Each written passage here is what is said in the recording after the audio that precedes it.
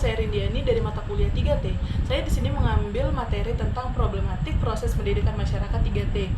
Yang pertama itu ada tingkat aksesibilitas. Tingkat aksesibilitas mencerminkan sejauh mana masyarakat memiliki akses ke layanan pendidikan. Di beberapa daerah aksesibilitas pendidikan masih menjadi masalah yang sangat serius. Misalnya di daerah yang terpencil di Afrika, banyak anak yang harus berjalan beberapa kilometer setiap harinya hanya untuk sampai ke sekolah terdekat. Selain itu, di beberapa negara berkembang, kurangnya infrastruktur pendukung seperti jalan yang rusak atau tidak ada transportasi umum yang memadai membuat sulit bagi anak-anak untuk mencapai sekolah. Nah, contohnya itu di pedalaman Papua, Indonesia. Beberapa anak harus berjalan kaki selama berjam-jam melewati hutan belantara dan sungai berarus di daerah untuk mencapai sekolah terdekat. Jarak yang jauh dan medan yang sangat sulit membuat banyak anak putus sekolah untuk bahkan tidak memiliki akses sama sekali untuk pendidikan. Nah, yang kedua tuh ada teknologi. Perkembangan teknologi telah membuka pintu bagi pendidikan jarak jauh dan pembelajaran online. Namun, tidak semua orang memiliki akses yang sama terhadap teknologi tersebut. Di banyak negara, terutama di beberapa daerah pedesaan, akses internet masih sangat terbatas atau bahkan tidak tersedia sama sekali. Selain itu, kurangnya pemahaman dan literasi digital untuk menjadi hambatan bagi masyarakat yang tidak ingin memanfaatkan teknologi dalam pendidikan. Nah, contohnya di wilayah pedesaan di India, masih banyak sekolah yang tidak memiliki akses internet. Itu membuat sulit bagi siswa dan guru mengakses sumber daya pembelajaran online atau berkomunikasi dengan dunia luar melalui internet. Yang ketiga tuh ada pengajar terbatas. Ketersediaan guru yang berkualitas dan berkompeten menjadi kunci dalam memberikan pendidikan yang berkualitas, namun banyak negara, terutama di daerah terpencil, masih terdapat kekurangan guru.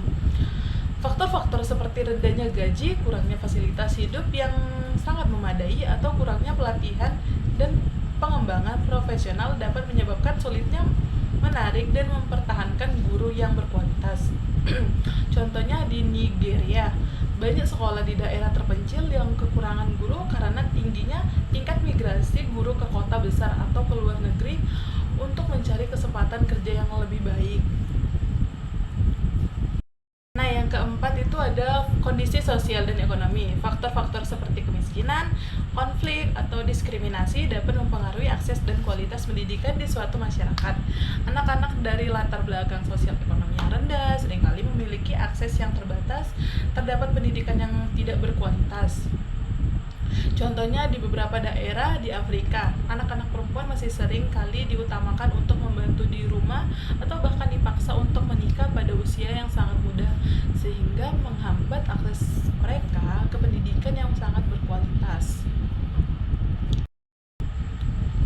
Nah, yang kelima tuh ada kualitas pendidikan. Selain akses, kualitas pendidikan juga menjadi perhatian utama. Kurangnya fasilitas, guru yang sangat tidak kualitatif, kurikulum yang tidak relevan dengan kebutuhan lokal, serta metode pembelajaran yang tidak sesuai dengan perkembangan anak-anak dapat mempengaruhi aktivitas pendidikan yang diberikan.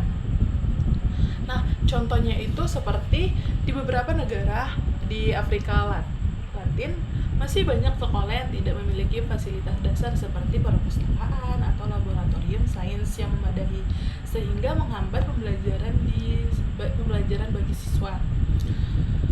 Mengatasi problematik proses pendidikan masyarakat 3T memerlukan upaya kolaboratif dari pemerintah, lembaga pendidikan, organisasi dan non-pemerintah, dan masyarakat itu sendiri.